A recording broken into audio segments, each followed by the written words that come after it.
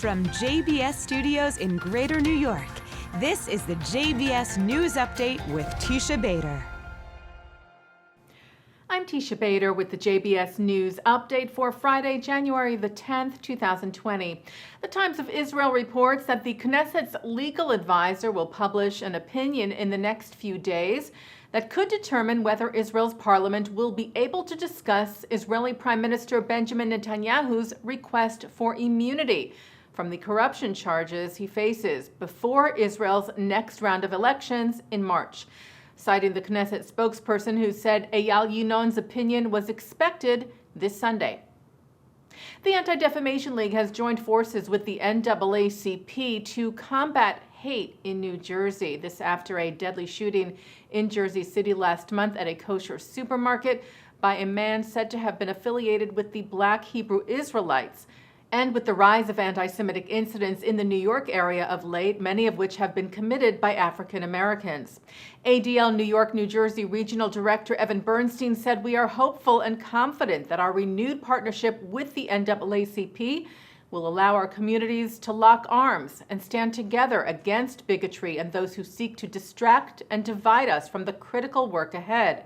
CBS Philly shared a video of Bernstein laying out initiatives to that end. Number one, to bring anti-bias education to elected officials.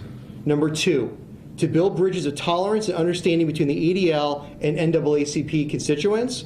And number three, to respond with a united voice to racism and anti-Semitism and all forms of hate in New Jersey each and every time it happens. And of President of the NAACP New Jersey State Conference, Richard T. Smith, who expressed his strong condemnation of the anti-Semitic incidents and the steadfast support of the organization, sharing his thoughts on the issue. It's just about understanding each other's communities. I think that there is a disconnect, and the disconnect comes because we don't talk and we haven't communicated. The European Union said it will give $1.1 million towards mapping and preserving Jewish burial grounds.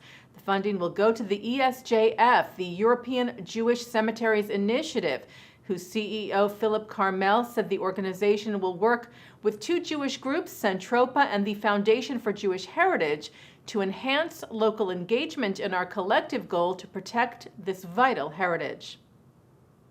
The Ethical Culture Fieldston School has reportedly fired a teacher for her tweets against Zionism. JTA reports that J.B. Brager, who is Jewish and taught history at the New York City Prep School, was fired yesterday after multiple tweets disparaging Zionism. The school told JTA that they do not comment on personnel matters, but they did say, "We can reaffirm, however, that the school does not tolerate hurtful, offensive, or exclusionary content or comments from any member of the community." Earlier this week, Jewish Democratic Congressmen Josh Gottheimer and Max Rose wrote to the school to condemn remarks made in November by guest Columbia Law School lecturer Qayyum Ahmed, in which he equated Israel's treatment of the Palestinians to Nazis and the Holocaust. The Washington Free Beacon and Tablet reported that Brager, who teaches a Holocaust elective class, tweeted about that event, reaffirming her support for the Palestinians and for the BDS movement against Israel, and writing, "I refuse to reaffirm the value of ethno-nationalist settler colonialism." Brager also had tweeted criticism of a school assembly on anti-Semitism because, she said, the rabbis who addressed the assembly were Zionists.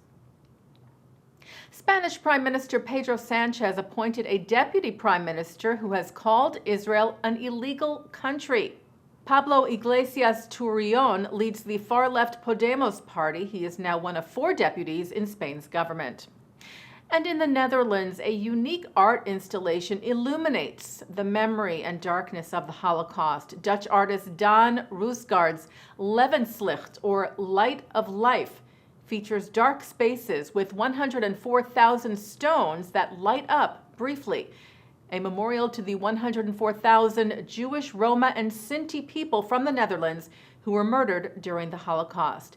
It is being installed in 150 municipalities ahead of International Holocaust Remembrance Day. ArtNet News reports that Roosgaard chose the theme from stories he heard from Holocaust survivors, of being in cattle cars to the Westerbork concentration camp. They told of light leaking through a small gap at the top of the train's doors. Everyone, he said, was looking at that slanting light. Because there was light, there was hope. While the royal family of Cambodia celebrated its first bat mitzvah, Call Live and Chabad.org reports that Elior Korogli marked the Jewish coming of age in the capital of Phnom Penh with help from Chabad Cambodia, together with family and guests from around the world. Elior is the great-granddaughter of the late king of Cambodia, Monivong. Elior's father is a Persian Jew. Her mother, granddaughter of the king, converted to Judaism. The family lives in Las Vegas. They are active members of the Chabad community there. Mazal Tov. Taking a look at our programming now on JBS for tonight, Friday, January the 10th at 6 o'clock. Live Shabbat services are coming up from Central Synagogue, followed by a performance from Pharaoh's Daughter. At 7:50, Rabbi Naomi Levy speaks at the 92nd Street Y. At 8:50, the JBS premiere of the film Bad Faith, a romantic comedy about a married couple, Jewish and Arab, who have to tell their parents they're having a baby. At 10:20, it's Kabbalat Shabbat services from the Hampton Synagogue. And that's the JBS News Update for Friday, January the 10th, 2020. I'm Teisha Bader. Shabbat Shalom.